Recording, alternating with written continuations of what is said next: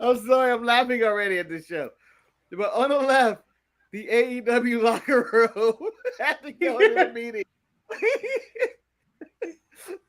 On the right is the fans going like, what in the hell is going on around here?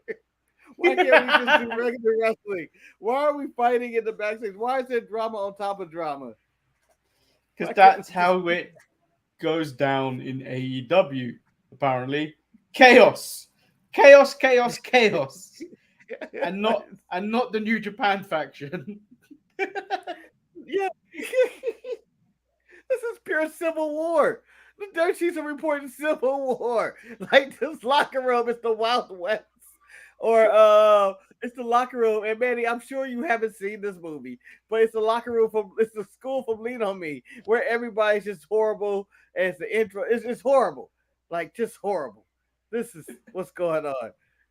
And it's all because of Colt Cabana. I don't think it's Colt Cabana's fault. It is. He existed. CM Punk hates him. This is what's going on. According to Dirt Sheets. That's why I have my story correct. And then we have to wave goodbye to the most beautiful WWE titles there is. The NXT UK men's and women's titles. I like this image because everyone looks pissed off at like Britt Baker not being able to spell his name or something. We only have 2 minutes left of the show, Braun. Can you read and write? Come on. Can you? Your name is Braun. Bron. Manny, I'm going to tell you this. If I was Blair Davenport, if I was her, I would bring my own belt in just because I'm not going to be the one. But a belt here, I would have a little toy belt from somewhere. I would bring a toy belt. I would put my actual belt, a belt that would hold my trousers up. I'm just putting it on the table. If y'all going to act like this, I'm going to put a belt up here too. Okay? I'm just saying. This is 100% Louis Vuitton. It's worth more than whatever you guys got. I'm just saying. This is a belt. You know, when she hit her with the pillow in this match, Manny, I was highly critical. And then she pulled out the Legos, and I went, "Oh, that would have hurt." So I'm more offended that she spends one day with the Blackfisher, Nikita Lyons. And now she's got braids and looks like fucking the Murder Hawk Lance Archer. What's going on? Give me a death match. And then she went to her beautician. I have a death match this week. And the beautician goes, I have just the look for you. I'm surprised it didn't come with like a back tattoo. Yeah. I mean, she can't. It fits perfect with her character of someone going like, "Oh, you have a street fight tonight? Yeah, I'm gonna. What would someone do? Get MMA look. Make me look like one of them MMA fighters. I'm gonna look like a hardcore, but I'm gonna have these fancy wee boots." Oh, so we'll be back right after this with more chaos. Yeah, this is what I imagine the AEW women's locker room look like on a daily basis. Them swinging at each other with pillows. No, not if you hide in toilets. We'll be back right after this. I'm Shotzi Blackheart, the ballsy badass, and you are watching the Untitled Manny and Marcus show. Remember to like the video and subscribe.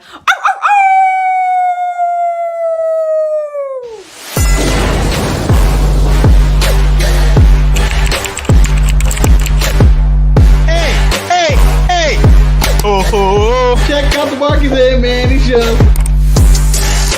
I hate you both right now. You guys are ridiculous.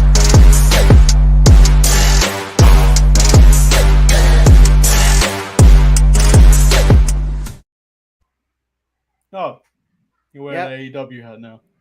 Yep, because Manny, I'm reporting live from the AEW locker room. And let me tell you this. There is nothing going on. Don't hit him! Don't hit him! Don't hit him! I'm going to interview Thunder Rosa, but we cannot seem to find her. Oh, there she is, behind a toilet, hiding. This is your champion. What the fuck is going on? Yeah, so welcome to the Untitled Manny and Marcus show. I'm Lord Manny Hayes. He is. I am Scoop. Marcus the grand finale. Okay. There's a lot of AEW news to cover. Yes. Where do you want to even begin?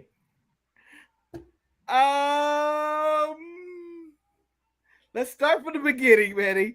Like, this is one of those What's even the beginning anymore? Yeah. Let's start with WWE tampering, I guess. All right, so AEW called a meeting yesterday, and then one of the things they wanted to allude to is they're going to send an email to Stephanie McMahon and Nick Khan, the WWE co-CEOs, telling them not to tamper with their contracted AEW wrestlers. Manny, I'm going to give you verbatim what this email sounded like. Wah! Wah!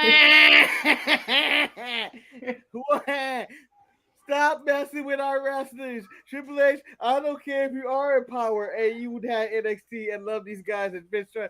Leave them alone. They're mine. They're mine. They're my toys now. You put them up to sell, so I'm getting to play with them.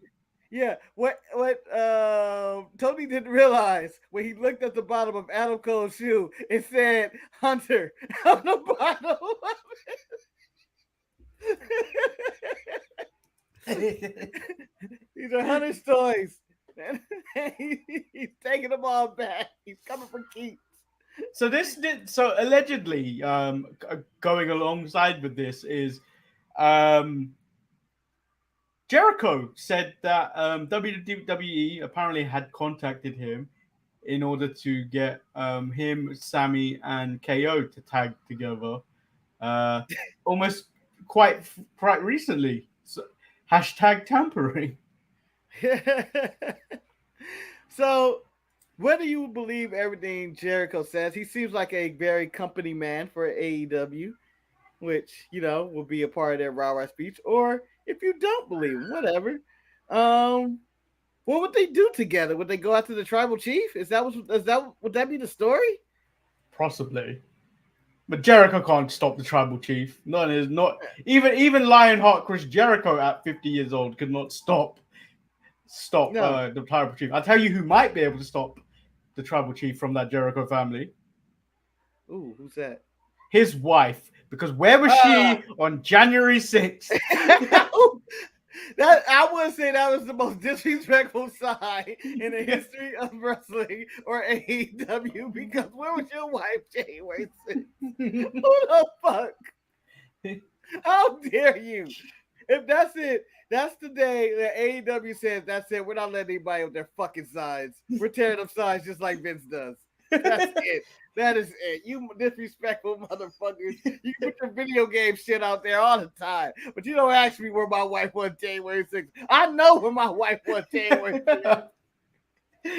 So we move into another story. So Eddie Kingston has been comments on his AEW secret suspension for a backstage altercation with Sammy Guevara. He said, "You know the truth, I wouldn't lie. I was wrong for being unprofessional. That is the blind fact. He did what he did, and the public can judge that. But I know for a fact I was wrong." And this comes off apparently. I don't know the actual thing that was said, but this is coming off apparently. Sammy Guevara body shamed Eddie Kingston, and then Eddie swung at him. So, one, Eddie Kingston can never be a guest on our show because we do 90% body shaming or any type of shaming.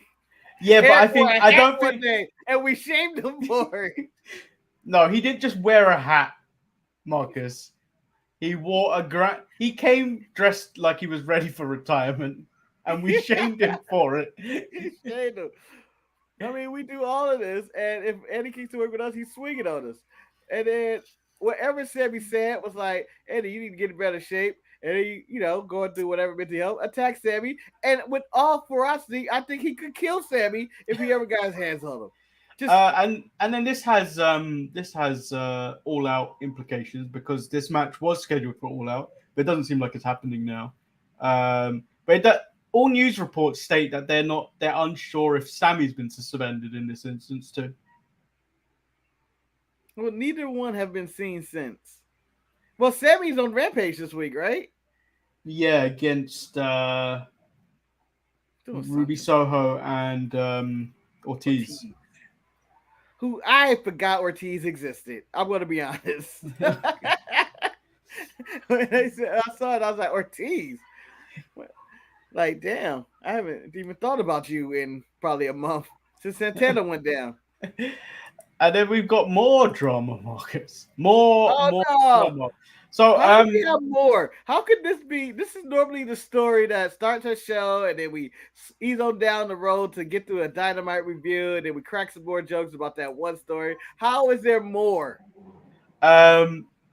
So a news report from the Voices of Wrestling from Joe Lanza paints a chaotic picture of the women's division behind the scenes.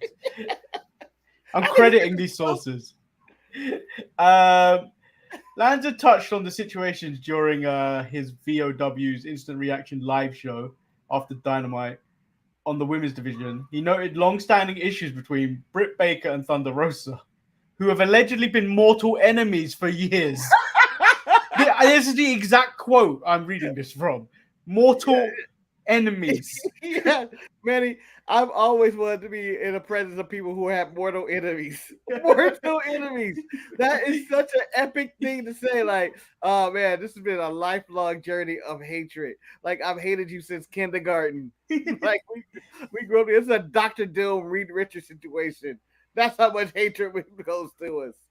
Damn. So this is the quote. There are way more on-screen feuds where the people legitimately hate each other than people think in AEW. Britt Baker and Thunder Rosa cannot stand one another. They have been mortal enemies for years now at this point. They can't look at each other in the eye. They hate each other's guts. We have that information. I think they can look at each other in the eye. Bitch, don't look at me in the eye. I'll fucking kill you. Now it goes on and says, Jamie Hayter now cannot stand Thunder Rosa. Thunder Rosa broke Jamie Hayter's nose in a match. Then Thunder Rosa was scared that Jamie Hayter was going to beat the living shit out of her and was hiding in a bathroom. Things are ugly in the back, and this is why they are having meetings. And all of this is starting to come out now, and it's just a mess. I don't know if Thunder Rosa legitimately can't wrestle, or if they're just sending her away so some people can cool off. I don't know. So, this sounds like high school. Yep. It sounds like high school. And two, I don't know who this Lanza guy is. I've never heard his voice before, whatever. Never seen his name before. Don't know how good his sources are. But he's painting a picture of mortal enemies. And just like the Mean Girls 3. Or whatever we're at in this. Things have escalated to not only pettiness of Mean Girls, but violence. Pure violence. So he also commented because there was also rumors floating about that Thunder Rosa's injury really an injury or is it a suspension? I think Sean Ross Sapp said it's a legit injury. And then this Lanza guy also said that she was hurt several weeks back and did come back and wrestle. I know that she was wrestling her. I don't know if she's re-aggravated an injury. This was like 2 hours ago. I haven't talked to anybody. Maybe she is hurt. Do I think she was working? I don't know. I saw some real emotion there, and Britt Baker rubbed it in later. She totally rubbed it in later. Yeah, she cut a promo going like, fuck that bitch, basically. But, there's a bit more to this Jamie Hayter thing as well, if you want. Oh, yes. Go. Manny, please give us a scoop. Dive deeper into this. So Lanza elaborated on the reports between the issues between Hayter and Rosa, offering more details on what the alleged had gone down. There was a drop kick to the back of the head of Jamie Hayter, and Hayter didn't take kindly to it. I don't think I would either. Word got back to Thunder Rosa that Hayter was coming for her. And then they had a singles match on Rampage, and Rosa broke her nose in the match. And Rosa was afraid Hayter was going to shoot on her, and she was hiding in the bathroom allegedly all day. This is the craziness that's been going on there. There's just wild shit going on in that locker room right now, and it ain't just Punk and Hangman. It's up and down the locker room. The quote on the DL, I'd love to be HR at AEW right now. I wouldn't. Do you know how much work you'd have to do? I believe I'm sarcastic, but just going like, So and then what happened?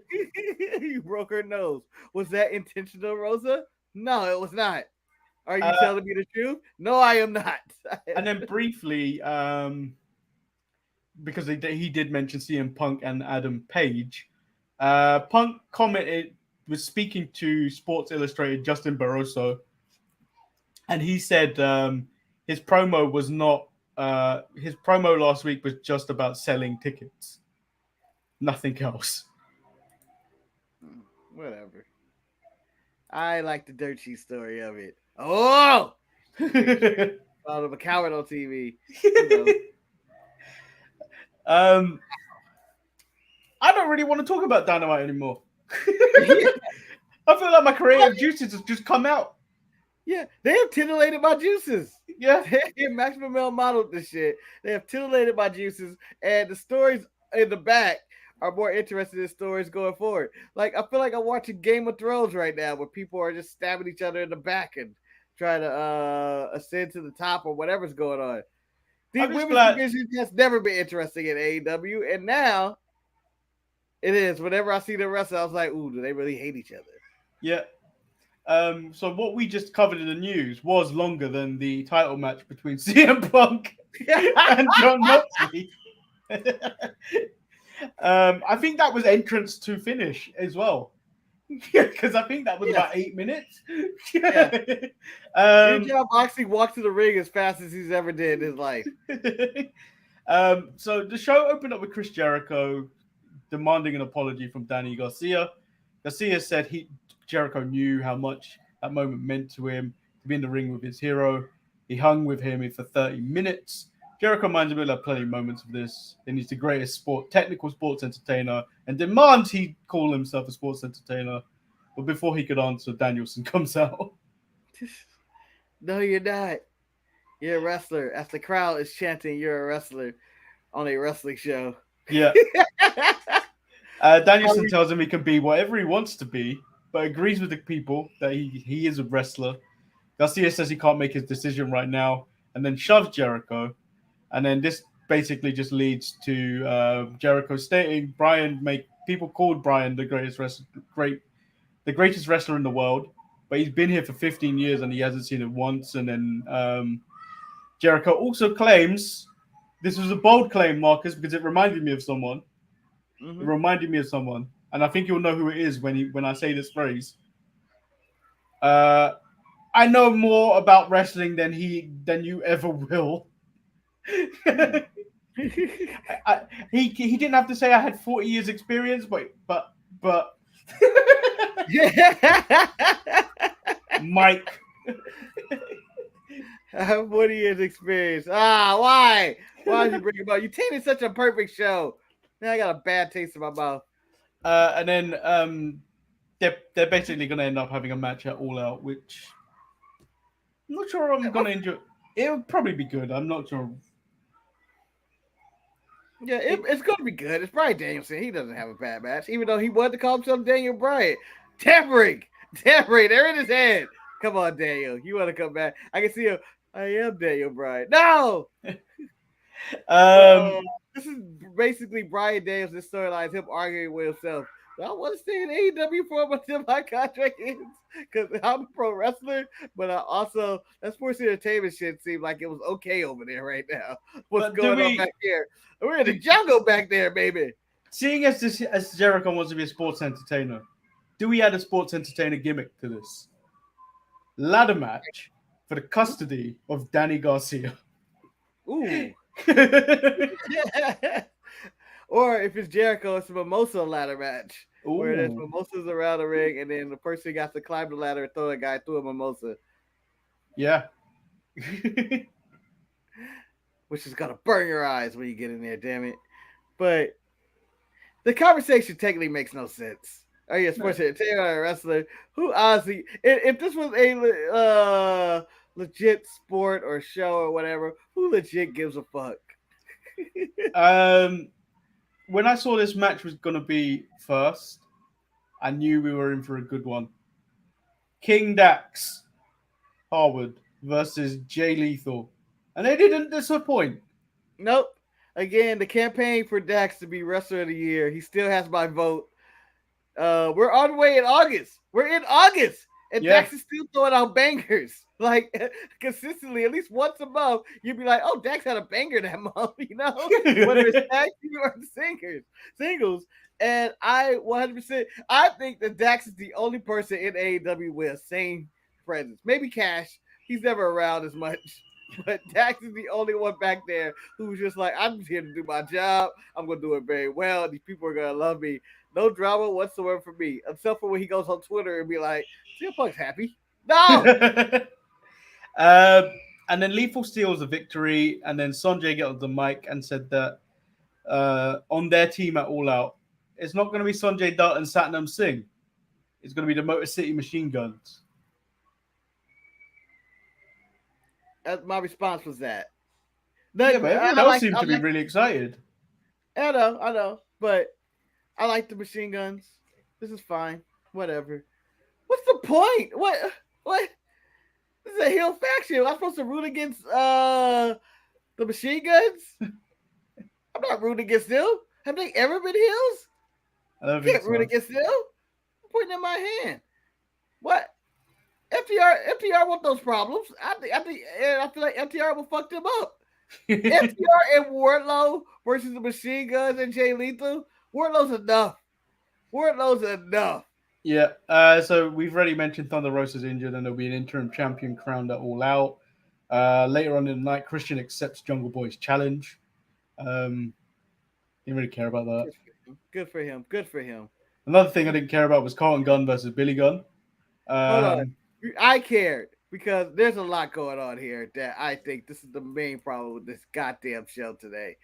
One, Christian accepted a challenge with Jungle Boy. Might be the only storyline going into All Out. That has been longer than 2 weeks. Might be the only one. Dead dad jokes, whatever, and try to hit people with cars. At least you have, if you wanted to put together a video package, it'd be more than 2 weeks of footage. You're like, oh, this has been going on last month or whatever. And then this one, the Guns fighting each other. So much is wrong about this, and there's no explanation whatsoever of why they turned on their father. You can blame the little black man, but go ahead, whatever. But it seemed like there would be more drama if I was fighting my daddy. And normally I would never give Daddy credit on storylines and long-term storylines, but they're drawing this Dominic Rey Mysterio storyline out. And I feel like this would not go down this way, in which Rey Mysterio or Dominic turns on Rey. Next week, Rey shows up with previous enemies in a rap intro, talking shit about his sons, and then violently punching him as the show goes on, and then not having any remorse. So I need to ask you a question, Marcus. Yes. You're getting beat down. Yeah? Yes. So, like, you've been jumped in the ring. Yeah, it sounds impossible, but go ahead. Who would you like to make the save? Dancing Jeff Hardy to the music to the ring? Or Keith Lee? I know where this is going. Or Keith Lee. Keith Lee, everyone has escaped by the time Keith Lee got to the ring. Not even got to the ring, to the middle of the ramp. That was not a run-in at all. That was a stroll-in. That wasn't even a stroll-in. Swerve did this and walked around and was waving his titles around. Back up. Keith Lee is walking through the entrance ramp winded. Who am I? His music played in like he did something. He didn't do anything. He did nothing. Oh, so many questions about this segment. Why are they beating up their dad? Why post-match stumping? Why is any of this occurring? But, and then after to cut this all off in a land of things not making sense, the Acclaim are now the number one contenders. Yeah. Why can't FTR get a title shot? I don't know. I really don't know. It doesn't make any sense. Also, as I accuse Sammy Guevara or Wardlow or whoever to kill the TNT title, I am hereby going to say Keith Lee and Swerve Scott have killed the AEW Tag Team titles. And it was already almost dead when Jungle Boy and Luchasaurus had it, but it's officially dead with Keith Lee and Swerve. Well, they seem to care more about the trios titles now. Yeah, they've moved their attention to somewhere else. So it's Britt Baker, and as you called it last week, Kenny King, not Kylan King. Yeah, and I can see that this week. Oh, she's fighting Kenny King. So, Marcus, I need to ask this question. As women struggle to get onto AEW Dynamite, how has this Kylan King got onto Dynamite 2 weeks in a row? Well, the same way Marina Shafir got on for like 8 weeks in a row, Manny. Tony don't care about these women. He looks at the next one. He's like Vince McMahon in 2006. He don't care. He just wanted for one thing and one thing only, and that's to fill 8 minutes of his time. And then after the match, which Britt wins with ease, Britt throws shade at Thunder Rosa, saying when she was champion, she defended her title with a broken wrist. Yeah.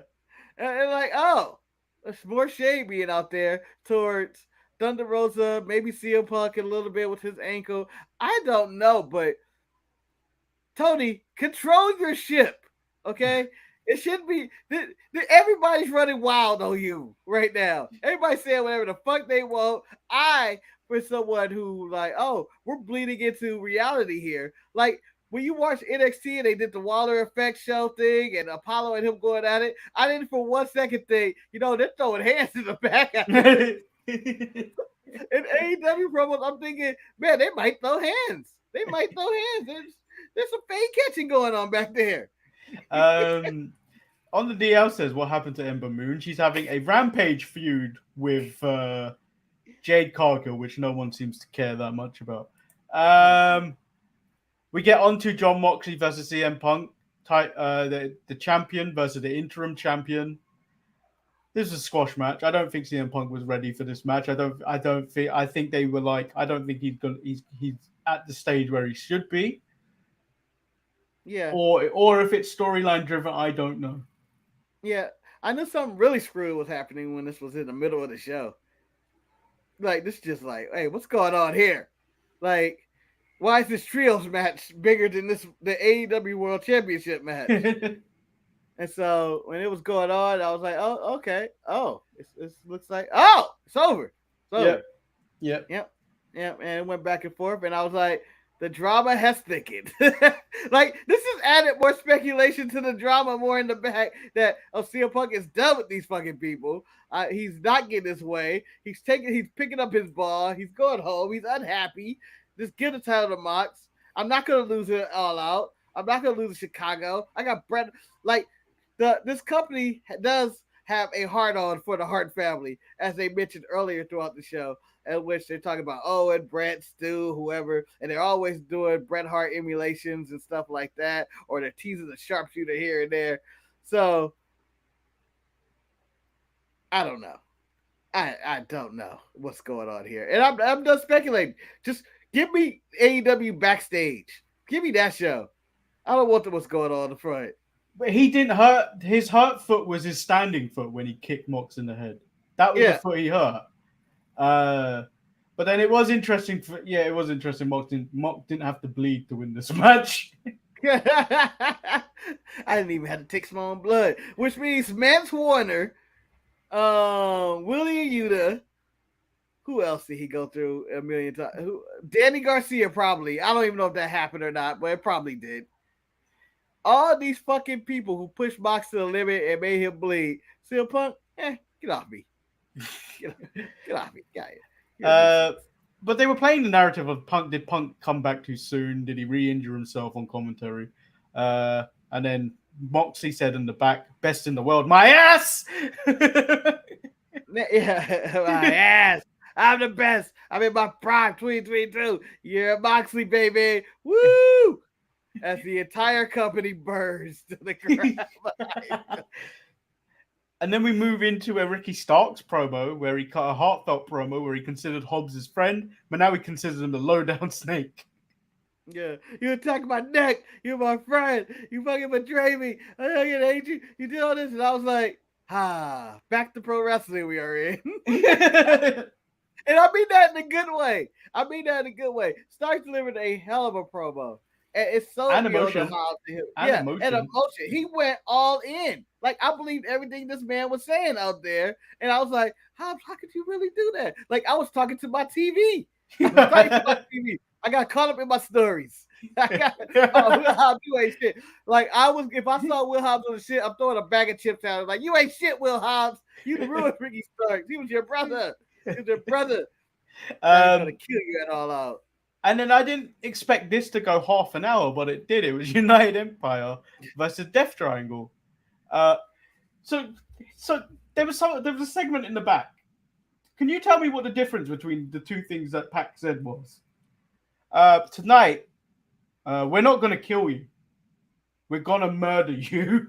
No, I can tell you right away. Manny, I am also a legal expert. And I'm going to tell you this right now. So I can kill you. No one knows. No one knows. No one cares. I got rid of the body. I'm getting away with it. I'm living my life. Just another day in the week. I'm Nate Dogg in the regulators. I laid all the buses down. I let my cat explode. I killed you. I moved on. I murdered you. I'm leaving evidence behind, and I'm going to jail for this shit. Eric said murder requires intent, but so is killing someone. I'm going to kill you. So murder means I'm planning this shit out, and I'm going to let everybody know. I'm on my Dexter Morgan shit here. I got some plastic wrap up. I'm going to stab you. A kill just like, well, that happened. I ran you over my car. That was an accident. The match was really good. I don't understand Pac. I feel like that's your answer for every 5 weeks when he show up once every 5 weeks. I don't understand Pac here. Every time he goes to the top, it takes for him forever to land the move. Why does he continue to go up there? Yeah. Are you talking about either his I forget what he calls the splash now. The black arrow, or he used to call it the red arrow. Yeah. But whatever it's called now, or are you talking about the moonsault to the outside? No. So he was set up for the black arrow, or whatever he's calling it these days, and then whoever pulled him out. So that already took too long for that to happen, and then he took an eternity to balance himself and then do the moonsault to the outside. Yeah. And then you see like Ospreay and other members of Aussie Open and Ray Phoenix are just bouncing on the it's so smooth. They just like boom, boom, boom, boom, boom. Like they are so coordinated. Hold on, baby. I need to slow this one down. I'm not as young as I used to be. Or whatever's going on. But overall, this match Pac is like essentially like me when I start going to heights. Boy, we're up here. But it was just like watching everybody fly around and jump around, and it was a really exciting, high tempo match. This is the Will Ospreay that they probably should have shown before Forbidden Door. Yeah, but I think even the United Empire, they ruined the United Empire when they first showed up on or the Aussie Open. Yeah.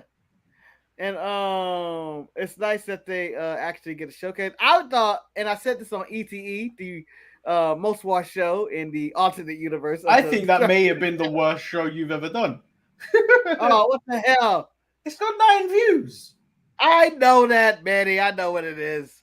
Okay. Can you go after this show? Actually, no. I'm not going to talk about nothing right now. You click on the bottom, the Sharpshooters logo. Click on it, and then click on the ETE video. No, I don't need their pity clicks. We don't need their pity clicks. All right, we don't need that. I'm just gonna remove the video. Just remove the video. I did possibly the worst video I've ever made, which was that video about the AEW video game. That wasn't very good. That was essentially me doing a watch along, and I got bored watching it myself. Yeah.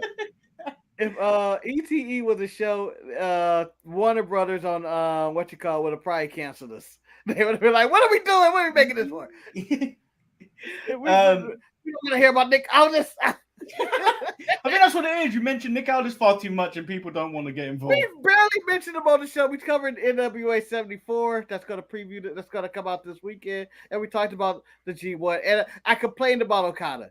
Okay. Oh. Did you hear? Who's the owner of NWA? Billy Corgan. I read he said somewhere that people don't want to go to NWA because they don't have entrances. And I found that really stupid. Why would you turn down a paycheck because you can't show an entrance? I don't know. I think that people don't go to NWA because it's really, really, really small. Like it's AEW Dark without even a budget whatsoever. It's like, oh, you just walk out and stuff, but it's still an enjoyable show. Like as we went over, because it's a 2-night event for the 74th anniversary of NWA. It's a 2-night event. All those matches do have storylines. But why are they selling the 74th anniversary? No, they do. They had 73 thing? last year. Yeah, it's a yearly thing. Oh, okay. This isn't like oh, we're going like they would have a 71 if they were existing or something. Okay. So the match essentially ends after Pac gets attacked by Kip Sabian, who wasn't wearing his box for a change. Okay. I understand what they were going for, but I didn't understand this at all. What if Pac didn't look at him and go like, oh, I want to fuck this guy up? Oh no. So you have to notice what was going on. I think they mention it barely in passing on some of the reviews on Rampage and stuff. Kip Sabian is apparently the next contender for the All Atlantic title. So this is where that came from, but like they haven't explained the fucking box on his head. They haven't explained anything. So like when you look at this, it's like, why is he attacking him? It makes no sense.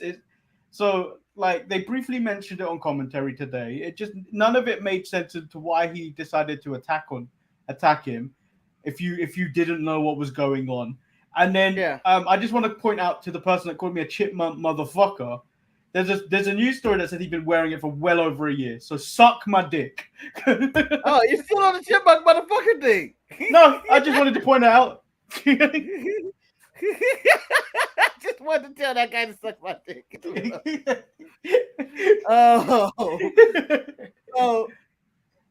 In a week when we had Loomis do basically the exact same thing, and I'm not saying they're ripping them off. I'm saying that one just made more sense. It just felt the Loomis one. Yeah, because he's been trying to get Loomis. At least he had a decoy to stop him so he can get around and do what he got to do. This one made no sense. It made no sense. It did make no sense because you know when he's been in the crowd with the box on his head. Yeah, they've never really made a reference to it on Dynamite or Rampage. They've never really made a reference that that's Kip Sabian. I don't know what the fuck he's doing and all this stuff. They never really made a reference to it. And when you cite that it's been long-term storytelling, how can it be long-term storytelling when he's just been there, kind of existing, and you've made no reference to it? It's like saying when WWE had Emelina, that's long-term storytelling when she was coming out to the ring. No, that's just some shit that's been going on. Or Veer, when he was making it. That's not long-term story. That's just shit happening. And the Kip Sabian with the box over his head, he was taunting in the crowd. Why was the guy who would have the tape over his mouth taunting people already? Yeah, it doesn't make no sense. Seems like there's stuff going on in the chat. Oh, this is Pantheon Don and Eric talking. We can cover that. We can cover that after. It's just Pantheon Don and Eric. They're just talking. So Kenny Omega came out after the end of the match, and then these two have words after the show. I don't know why they didn't put this on the show. They ran out of time. So when the cameras went dark, the cleaner got on the mic to share a few words on the New Japan star for the benefit of the live crowd. He thanked these people for giving us their time tonight, Omega commanded. referring to the fans. Now that you guys are in the big leads, that's just one of your daily duties. See, if you can handle the responsibility, Will, hopefully you can handle it a little bit better than filling in my shoes in New Japan. Oh, fuck you. Will Ospreay to come over here for this. Come over here for this. Ospreay got on the mic, threw some jabs at Kenny, questioning both his current physique and his recent injury history, calling Omega a fragile little bitch. Oh, why wasn't this on TV? Now that you read me this, man. Yeah, exactly. But Omega wasn't done either, saying that he wasn't impressed by Ospreay's work, saying he lost to Okada before too. Then he gave Ospreay some parting shots. Maybe I should have given you a pair of shoes when you still shouldn't have given you a pair of shoes when you still haven't grown out of your diapers.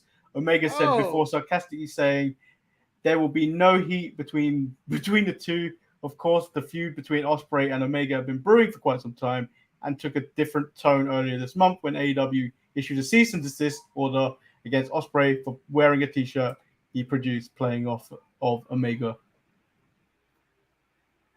So there we go. Lawyers. Yep. I like where that started, but then I don't like where it ended with the lawyers. I'm going like, oh, we doing this? But yes, I would have really enjoyed that.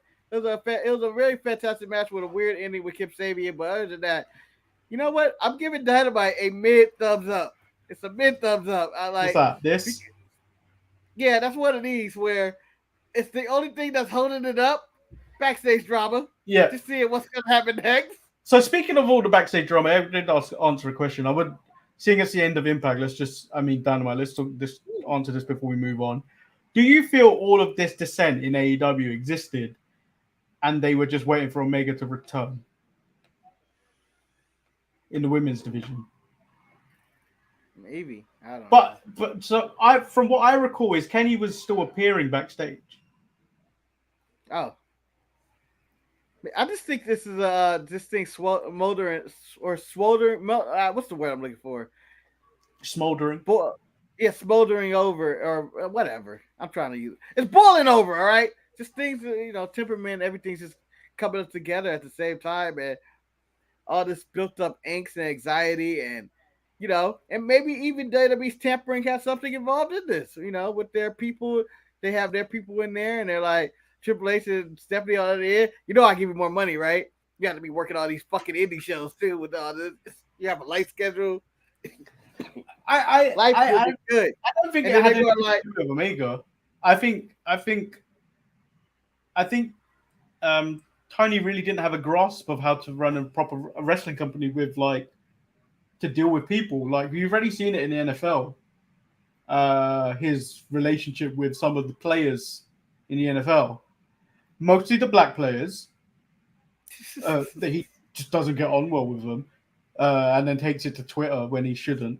But I don't think Tony knows how to handle the HR side of being a promoter. I think he was right to appoint people recently to kind of sort this out, but this seems like it's been brewing for a very long time. Yeah. And obviously, I think it centers around Britt Baker, the women's division stuff, because obviously Britt's Tony Khan's favorite. Yeah, but also spins around Thunder Rosa. It seems like all the issues involve Thunder Rosa. I think there was this stuff before, wasn't there? The Ivelisse. There was issues with Ivelisse and Thunder Rosa before. Yeah, and then we had the who did she sandbag recently? Marina Shafir. Yeah, Marina Shafir. And you have that, and you have all that. So, again, the two mortal enemies, they bring their beef into that locker room. And that's why, Manny, if you ever had a mortal enemy, that's why they keep you guys separated, because it's toxic for the whole environment. Kenny had a speech, right? Pardon? Kenny had a speech, or they had the team meeting before the show, or a nothing meeting? I don't know. Nothing's really come out about what was said in that talent meeting, other than the Bucks and Kenny said the door's always open for them if people want to talk to them. And then they heightened the recent people that have been I don't maybe promoted, like what was it? Sanjay Dutt, Tony Schiavone, and Pat Buck, and all those people that they could talk to them when they got an issue, because there was issue, there was stuff that talking about that there was issues getting time to talk to Tony Khan. Yeah, but I also read that they had the speech, and the Bucks and Omega sat there in, and Kenny's part came off as tough love or something, but also some people said it was a little aggressive, or it was heavy-handed. It was heavy-handed, and people took it the wrong way. Well, I think these people haven't had really authority in a while. I think some of the WWE guys will understand this authority. Like, you answer Vince, essentially. Like, yeah, I think that's what the problem is.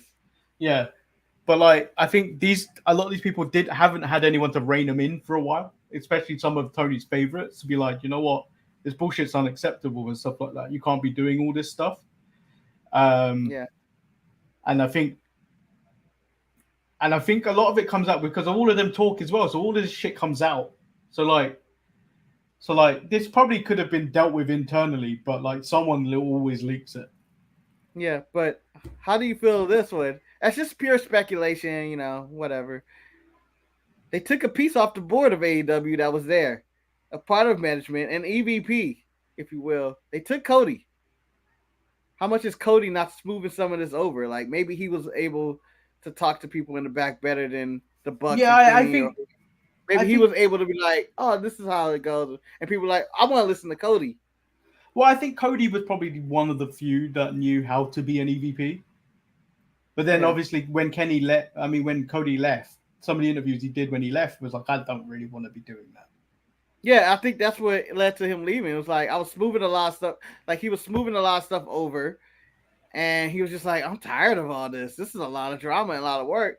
And now that he's gone and you've added all these WWE people who now apparently talk to every dirt sheet there is, because they didn't have this before they signed all these people. So Ember Moon or Swerve or I can blame it all the have their own podcast and Twitch now. This is why I think WWE was actually apprehensive in the first place of people having these like platforms to talk to people. Is WWE can't control that in a sense that you can't be leaking information out. Like AJ Styles was one of the people that was leaking information out a lot of the time. Yeah. And he's called Paul Heyman a snake. Yeah. On the show. And then, AJ Styles still talking shit out there, talking about, I don't like Punk. Yeah. What? When? I don't want to work with him. Well, I believe we're just two different guys. I just don't like him. And, that could be from him talking to the Bucks on AEW going like, yeah, fuck that guy. Yeah. So, yeah, it's a strange situation. Do you want to answer this question now, or do you want to answer it a little bit after we do it? Let's get it out the way, and then we'll do probably a quick NXT report. Oh, the NXT I enjoyed. I don't know. Yeah. I'm probably in the minority. So I asked you, and I also asked Eric earlier, has Tony Khan's slow cook booking style or Triple H, the new Triple H era, slowed the growth of AEW? Because I feel AEW were on the rise last year and the year before. I feel like this third year is a bit shaky. Damn, trilogies. You never sink the landing on the third one. You get Blade 2, then you get Blade Trinity. Damn. Excuse me. Coughing a lot today. Who knows? Maybe I can read it. If you still need to think of your answer, I got Eric. Oh, I have an answer. But I didn't know if you were finished with the question or where we were going. I don't think that's the case. It has nothing to do with the booking or match placement or anything like that. I think what's hurting AEW is the same thing that hurted WWE. The hoarding of talent and bringing all these people in and trying to figure out what to do with them. It's easier when you have a smaller grasp on who your main characters and cast is. But right now, it seems to just be a jumble of, I need to feature these guys. I'm trying to make everybody happy, doing this, doing that. And then you have the Triple H part of it, of which the fans are going to get behind him because that black and gold love was strong before AEW existed. People love takeovers. They were strong already. And then once, Vince decided to fuck over everybody that's ever went from NXT to the main roster. Those people ventured to AEW, and AEW last year they peaked. They peaked. I'm not saying it's in a bad way. They could go to higher places. They can do better shows. They can have great shows. But last year's All Out was such a special show in which they seemed like they took over the world. They brought in the CM Punk. They had Bryan Danielson get there. They stole Bryan Danielson, WrestleMania main event for WWE. They got Adam Cole. They got all of that and they threw it all on one show. And it just seemed like the good times are about to roll in. But that was just seems like the beginning of just more, and then it was just more and more quote unquote surprises, a million death matches, repetition that you could sour on. And WWE at the time, they were in a stagnant place. Vince was in his ways, and they were moving, and he had his views and his Peacock and Saudi money, and he was happy. And then you get Triple H, and you go like, let me check this out and see what's going on here. Is he gonna black and gold this shit? So do you think much where we're at? So do you think? Do you know how we talk about when you do the ETE show? It's a very niche show for everyone that watches all the other product. Yeah. Do you think AEW have fallen into that place where it's more niche, where it is a lot of the time it isn't sports entertainment. They sprinkle it in here and there, but it is more of a wrestling show. Do you think? Yeah. Because it's niche and it's focused on wrestling, it's harder for a casual to jump in and latch onto that. That's why their views have remained stagnant and they haven't grown. I think it's storytelling. It's the reason that they don't. It's no drama. There are no bad guys in AEW. I guess CM Punk is considered a bad guy now, or MJF was one, but he hasn't been on TV. There hasn't been progressive storytelling. What will get me to come back next week? Like this week, it ended with Ospreay and the Death Triangle, and they had a fantastic match. I'm not really sure who I'm supposed to root for. I know, like I can root for whoever I want, but what was the hook for me to come back to continue this tournament? I just saw a fantastic match. Just for a fantastic match, not enough. It's just not enough. I need to see the drama. Again, the Omega and Ospreay stuff at the end of the show that didn't air on TV would have been just as interesting if they would have shaved off 5 minutes of that match. So I'm just going to read in there and being like, "Oh shit, this is serious." I'm just going to read Eric's comment on this question when I asked him earlier. He feels it's a case of practices coming back to bite Tony Khan in the ass, as he's fearful WWE is going to poach talent, and he did from WWE NXT. Problem is he signed a bunch of divas, and without someone like Cody to keep him in check, chaos ensues. I don't know if that even answers the question I asked Eric. No, it didn't. But you know what? It was a very analytical text. Yeah. Marie said, but it's not like we're getting bad wrestling from AEW. We're still seeing great matches on a regular. Yeah, but I think that's the problem. Do you know there's a lot of great matches you can have on AEW? But you're not getting them. Like I would have expected to see Punk versus Bryan Danielson by now. I would expect to see Punk versus Adam Cole. I would have seen all these things happen. But you're not getting them. That's why I said maybe is it the slow burn approach that turns people away? Nah, I think it's the bringing in people and people are confused on who they should pay attention to. Like again, I brought this up on ETE. Claudio. They brought in Claudio. I love Claudio. I love Cesaro. I think he's probably in the top 3 best wrestlers currently in the world, if not the best. Like legit. Don't care. I'll watch a Claudio match any day of the week. But they bring him in, and they put the Ring of Honor title on him. No momentum. You see him in a pull apart. Like that's really it. Or you gotta watch something on Rampage. Yeah, I think Pantheon Don says it perfectly. Actually, is. The problem with AEW slow cooking storytelling is too many people don't watch all the online and read with the dirt sheets. The regular person who tries to see what's going on is confused. I think that's very true. I think we just highlighted that also with the end of the main event where Kip Sabian, that thing had been happening essentially in shadows and no one's really been aware of it. Yeah, and as Petty had no promo package. Just give me a little backstory. Just give me a little bit. Yeah, I think I had lack of consistency in character. Imagine going to watch I don't know what's your favorite TV show right now. I've been going to Game of Thrones a lot, but going to watch Game of Thrones and they never feature the characters you want to see. Like imagine Jon Snow being off TV for 3 weeks on Game of Thrones back when it was in his prime, going like, "Shit, I wonder what he been up to." Or actually, Daenerys that and the happened in the dragon. Walking. That actually happened in The Walking Dead. Michonne went for a while, and nobody know what the fuck Michonne did for a while. Like, where the fuck have you been? Yeah.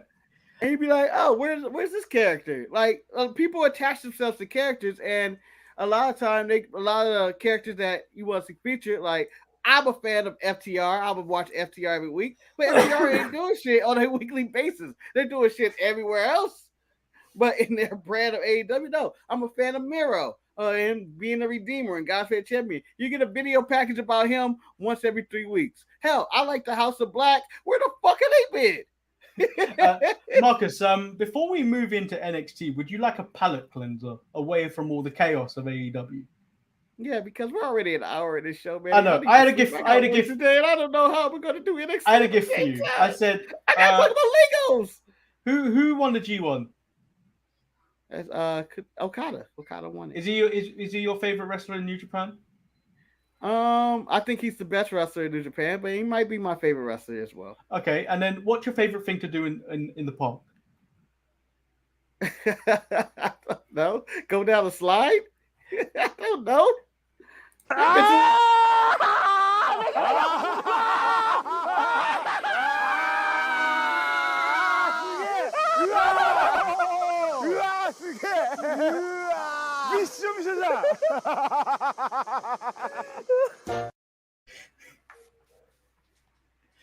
You're welcome. Did not see any of this coming. Manny, you know me so well. You know me so well. You are my brother, sir. You are my brother. I knew what you wanted. I needed a palate cleanser. I said, I have a gift for Marcus this week. Yeah. Oh, man. Oh, kind of, you know what? Ooh, we can all breathe. Okada get his wee on. So NXT opened up with Bron Breakker calling out Tyler Bate. Bron immediately lies when he came out. Marcus, he claimed he had a banger with JD McDonough. That match was largely forgettable. How dare you? How dare you? You said it too last week. I know. But for you to come out with the audacity. But yes, 100%. Tyler Bate comes out. He says he was the first, and now he's going to be the last NXT UK champion, and suggests a unification match, which Bron agrees to. That broke my heart, and he I know, it's sad. Of my broken heart. Yeah, like he's the last. And then he's holding up that title, as you said, the most beautiful title in all wrestling. And it is. It's no. I would say all of WWE, because I do like the look of the old New Japan title. Yeah, but that's the old. It's not wrestling no more. It's gone. The AEW title looks nice. These world titles that you're about to bring up are gone. They're gone. The AEW world title hasn't gone. That's a beautiful title. But yeah, the NXT UK title is a beautiful title. Yeah, and it's gone. It's gone. Gallus face off against Briggs and Jensen for the NXT UK titles. We learned that Lash Legend has a pull apart between Fallon before the match, and then Lash Legend and Pretty Deadly have a scrap with Briggs and Jensen during the match, leading to a count out. But a brawl between Diamond Mine and Gallus after the bell. Hold on. How the hell was this a count out victory? It should have been a disqualification. Yeah, right off the jump. I was like, oh, we're still going to go with this? Lash Legend is clearly out of control here. And Pretty Deadly. They're a deadly group, and they're even more dangerous because Lash Legend has entered violence into Pretty Deadly. No, we attack first. Well, Marcus, after recording Roy's Retro yesterday, I also learned that WWE like to flip the script with rules sometimes, because there was a DQ finish, Marcus, and guess what type of match? A Hell in the Cell. A Hell in the Cell. There, a DQ finish? Yeah. How? Hold on. There are some rules we may not understand, because Seth Rollins was DQ'd for beating up the Fiend to an end of his life. He just went too far. It doesn't make sense. I know. And then DQ in Hell in a Cell for you on the Retro? Kane. So what was it? So Undertaker was trying to get into the ring. Kane. Undertaker was trying to get into the ring between Kane and Mankind. Steve Austin rolled from underneath the ring to attack Kane, and then Mankind got disqualified. As the Undertaker's trying to get in the ring, into the cell, he climbs to the top of the cell, and then Vince McMahon lifts the cell, so Undertaker's stuck up to there now. I'm gonna protect the main event. You know, there are moments like that on bad DQs and stuff. I wish wrestling was 100% real, and I can get shows like Undisputed or First Take, and I can hear Stephen A. Smith and Skip Bayless ranting about these officials need to be fired for what they did. Just ranting on the inconsistency of rules. And then we get Charlie Dempsey with Chase U. He's doing a class. He's on his Timothy Thatcher shit. Yeah, he stretches some dude before telling him that it's an exhibition, leave him alone. And then he chokes Bodie. And he's like, what the fuck, man? Hold on, Manny. I would like to say this is a good example of what's been going on in AEW locker room. What the fuck are we doing here, man? You want to fucking fight? Let's go. And then Charlie tells Andre Chase his class is too soft, and then he gives the class homework and just walks off. I'm glad they kept him out of all the NXT UK people, because they got rid of a lot of them. Yeah, I saw for no reason that they were not going to keep him. They were not. There was no way they were going to allow him and Regal to link up for whatever reason. Yeah. Or enjoy the Blackpool Combat Club. And I still believe to this day, one of the people that we probably tampered with, and I'll be honest, probably the first thing Triple H did, hey, you want to come back, Regal? Talking to him and Joe on speakerphone. Y'all come back, y'all my boys. Y'all my boys. We're creating something down there. We're fucking doing it. And then we get the Grayson Waller effect. He brings out Apollo. He calls Apollo a clout chaser. He questions his accent. He does the accent. He tells him not to get it twisted. He's still a Nigerian warrior. And he went to I didn't like the way he said Nigeria. Oh. Nigerian. I know. I was joking if Waller was saying. I don't like the way he said it. The Nigerian warrior, and he went to WrestleMania to become the IC champion. The last time the IC title was defended at pay-per-view. He asks about the visions. Apollo dodges the question as well, but he did not help Diamond Mine out. Yeah, no, you were not there. You saw this coming. You were not there. Apollo calls Waller a low-budget version of The Miz. And this was probably the most personality I've ever seen Apollo show in quite some time. This shit got heated, and it was good heated. It was good heated. I enjoy it. It's the Captain Cage like, oh, up to your accent. You know, they use a lot of stuff from the past that other people used before, but he was like, what happened to your accent? That was a cult from Triple H thing. And then he was like, oh, I still respect my Nigerian heritage, but I was living too far in the past, which makes sense. I went too deep in that shit. I went too deep and I lost focus. And then he was like, oh, how you going to explain to your kids that you couldn't cut on Monday, you couldn't cut on Friday, you're back here with me? That was hard. That was hard. And then Apollo had a nice answer of, I was a champion on Monday, I was a champion on Friday, and I will be a champion on Tuesday. It was like, oh, okay.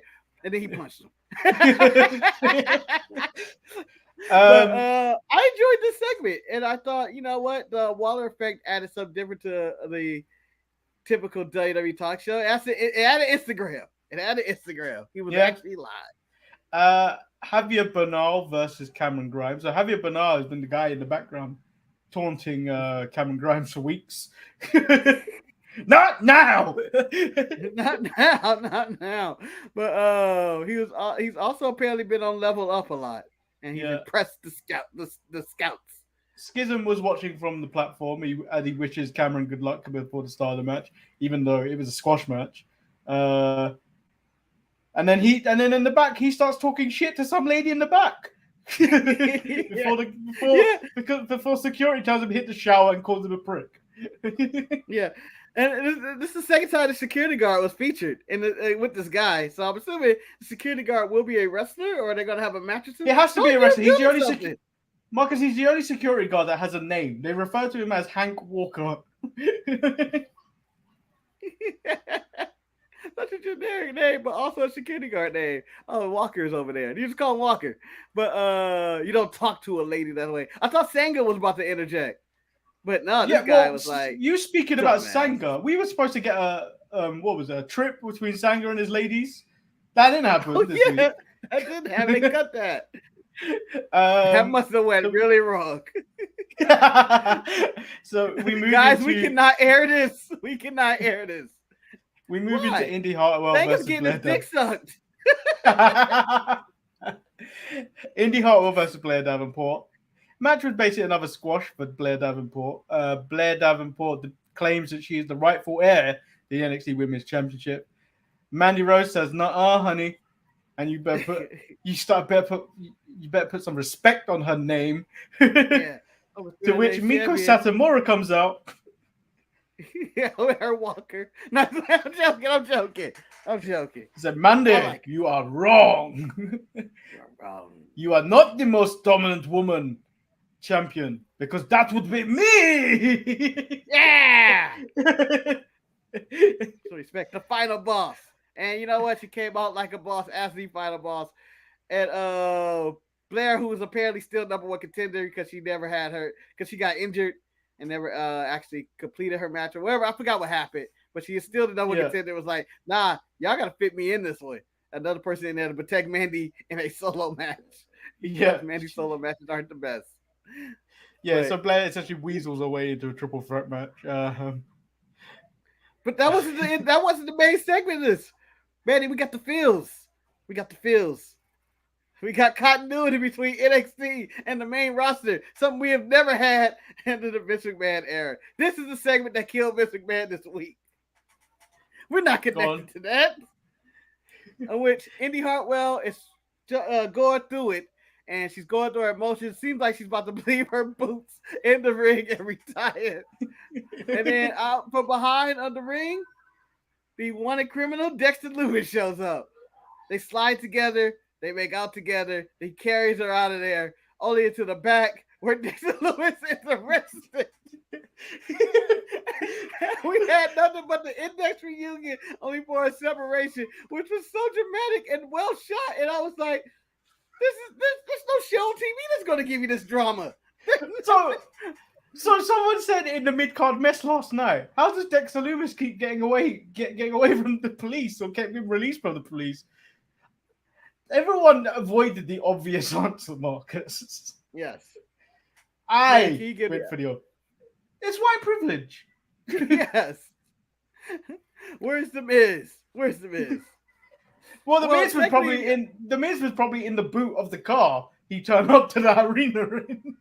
Yeah, and technically, I like to think that the crimes he was committing on Raw were mostly just trespassing. People, the streakers and the people who jumped the rail, they get out the next day.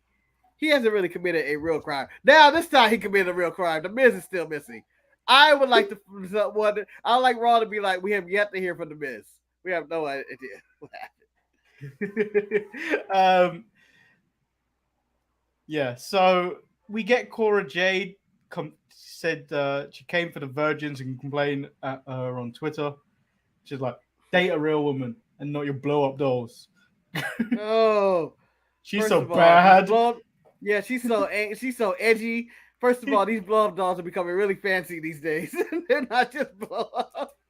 Yeah, Google. They're doing the advanced dolls. They're advanced. We're in advanced. No, I've watched some weird shit recently where where there's men. I think it's an A&E show where men actually date these prosthetic dolls. Yeah. There's a whole movie about it. There's a movie starring Ryan Gosling, Lars and the Wheel Girl. That is probably more romantic more romantic movie than The Notebook. That man was going for mental illness, Marcus. Yeah. I thought he was going for romance. And then we get Legado del Fantasma versus the Dyad. Tony D in the back forgives Legado for what they've done in the past. The past is the past. Now you work for me. Cameron Grimes watches on from the platform. Dyad win clean. And then in the entranceway, Tony D says they ain't gonna win or make money doing that flippy crap. Yeah, they ain't doing it. Just look at AEW. Yeah, great Ospreay is. You see all that shit they did? They ain't making a dime. This is from Tony D. I'm not saying any of this. I'm just joking. Then I had a problem with what happened. I had a problem with what happened in the car park. So it looks like they're about to get run over or abducted as an SUV pulls up. It's Santos, and he says, "Hey, you think I'm gonna leave without you? How dare he even think about bringing Electra to the main show?" He couldn't just be like, "Not you." Because you know what we're dangerously there's a potential of us dangerously getting on the main roster, Marcus. You're not, no, never again. B-Fab never again versus Electra to a wider audience. We don't need that ever again. I don't think we're ever getting that again because that got a lot of people fired. That got Vince McMahon on some high horse. I'm shutting the studio down. That was release gate number 2, in which Vince woke up and was like, you know what? That was absolutely terrible. What are they doing down there? You know what? Massacre them all. They're all fired. Then we get Tyler Bate versus Von Wagner. Was a nice ending, though. That was a nice ending to Legardo's storyline in the parking lot. It ends in the dangerous parking lot. Him abducted him. I thought this is coherent. This is like a real TV show ending to a group who are moving on to a different show that they didn't want to shoot off and kill. Then we get Tyler Bate versus Von Wagner. And Von Wagner cut a promo much like Jake Atlas's arrest video. I bet you he can't fuck either. You may be a big, strong boy, but I'm a big, strong man. I'm an internationally trained superstar. And I would have to say this was the best match Von Wagner has ever had. Yes. But for Tyler Bate, it was just a Tuesday. Yeah, I know, right? This is how good Tyler Bate is. That he just went out there and was like, "Yeah, I'm gonna have a good match with Von Wagner." Manny already, this was announced, proclaimed this will be absolute trash episode of NXT due to the announcement of this main event. And I was like, "Oh." And then they had this match. And I went, "You know what? That's not that bad." Von Wagner's still boring as hell, still on the mic. But I did wish he threw the big strong boy into the crowd. I wish he launched him. I wanted that so bad. And then we get the Murder Hawk Tiffany Stratton versus Wendy Chu. And before we go further in this, Manny, I want to also say I am extremely disappointed that they turned the lights out, but they took the match too literal, in which I wanted the AEW style of the referee's badge being covered. They're in black. This is the referee that said they're referee. There are no sanctioned rules and no liability. I was expecting blood. Do you know what? This is a surprisingly good match to end NXT. Yeah, Stratton is that girl. She's that Stratton's one. The real deal. I think she's the real deal. Yeah, like, she's D'Lo Brown. She's D'Lo Browning right now. You're looking at the real deal now.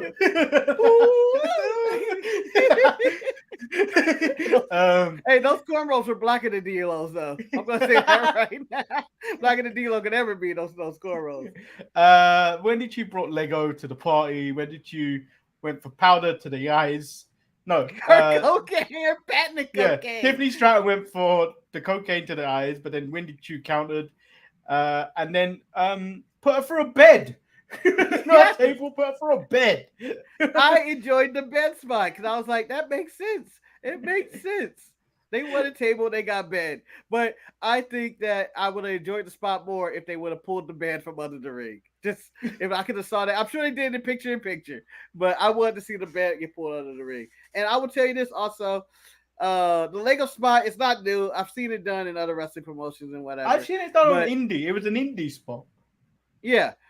And but it was appropriate for Wendy Chu's character. But I would tell you this: I take thumbtacks over falling on them damn Legos.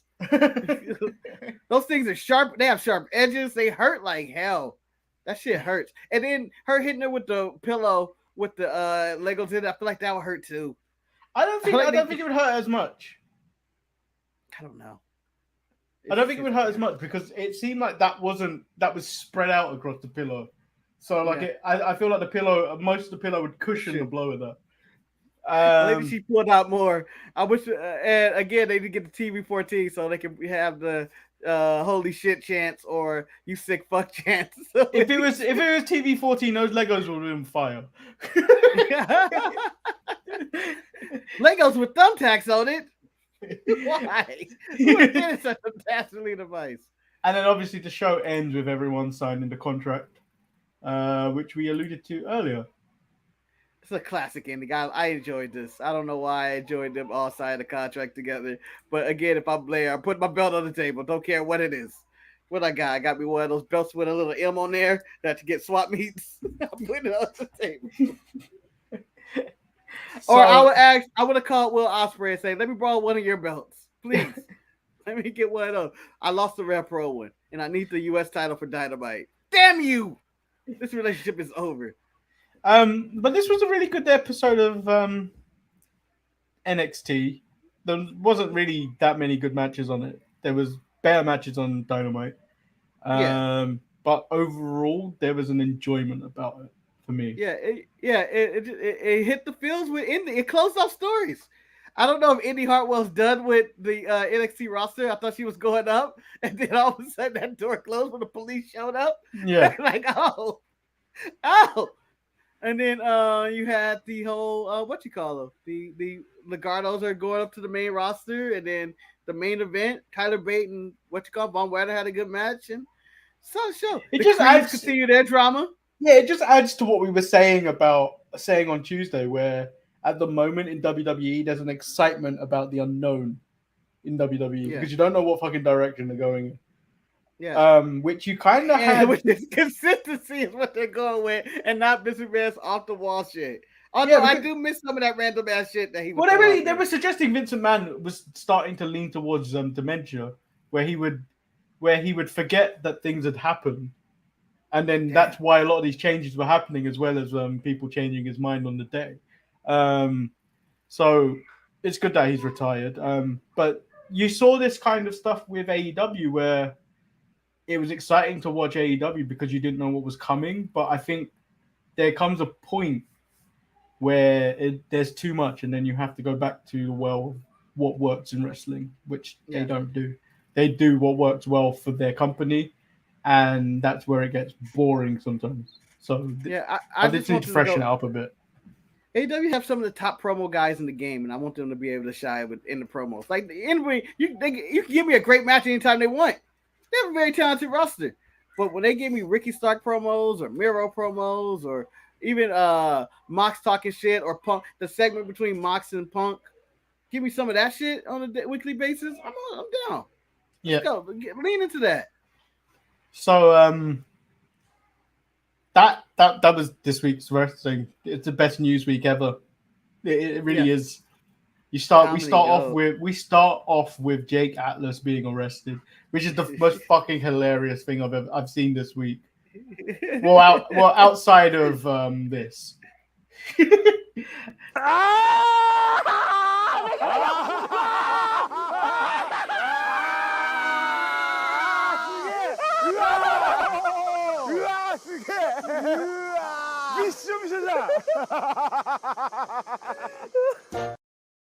I translate that slide was hot as fuck. That's why he did it. Like, you would slide on this shit. Fuck you, I will, because it's gonna kinda 4-time G1 Climax winner, the greatest IWGP champion has ever lived. For some reason, I want that to be his entrance one time. If Vince McMahon ever got a hold of him, that would be his whole gimmick, man. What is this? What is this? This is what you do to Okada? Vince? That's what you would have did? So, slide? Stay tuned to the channel for more things going on. We've got Raw is Retro tomorrow, which is the culmination of the road to the highway to hell of SummerSlam 1998. Yeah. And then if you want, tune in, go look in the archives for me and Marcus's watch along of SummerSlam 98. I 2 parts now. No, that's 2002. Oh. The 98 one was one whole video. However, I did go back and look at that video and how far we have come since that video. I'm using an iPhone camera and it's pointing, it's looking up at me in an awful view of this chin. Oh man. We were using. It was in the middle of a pandemic. We have excuse. We have excuse. It was the middle of a pandemic. No, we were just starting out. We didn't have all the best equipment at the time. So yeah, just watch that watch along. I'm using the same shit, Manny. I'm using the same shit. No, you're not. You were using a Mac Mini. Oh, yep. You're right. Yeah. So tune into that, and then we got the show back on Saturday. We get wild takes from Eric. We a lot of takes from Eric, so I don't know. We may have to tame him down because he did put a lot of his views on wrestling in the chat the last couple of days. Yeah, so, but do you think this is the end of it, Manny? You may think it's the end of the week because Dynamite and NXT has aired, but it is fucking Thursday for me. We still got Friday and Saturday morning where I think more shit is coming out. But we've done something unthinkable, Marcus. Ooh. You know the Saturday video is on 200 views. I don't think the Saturday video has done 200 views in a very long time. Yeah, I don't know why. Don't know why. It's insane. Yeah, I'm disappointed that I got 200 views in the Tuesday with the Thursday shows did less than that one. I go, what the fuck? Yeah, but our views are consistent. We are AEW. We're the AEW storylines. Although I believe in our locker room, if we were to have backstage squabbles, it will leak out quick. It'll leak out quick. I feel like I'd be the first one to have a problem and vocalize it. It's been 20 hours. I broke my ankle too. I did it with a broken ankle.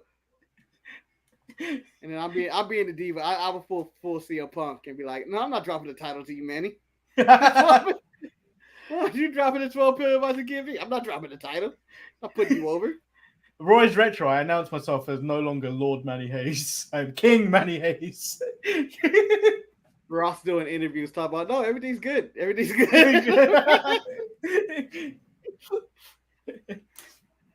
No, yeah. Eric, Ryan wasn't hiding in the bathroom running from Eric. I'm sure that's more you. He hides in the bathroom from you when you come collecting for that rent.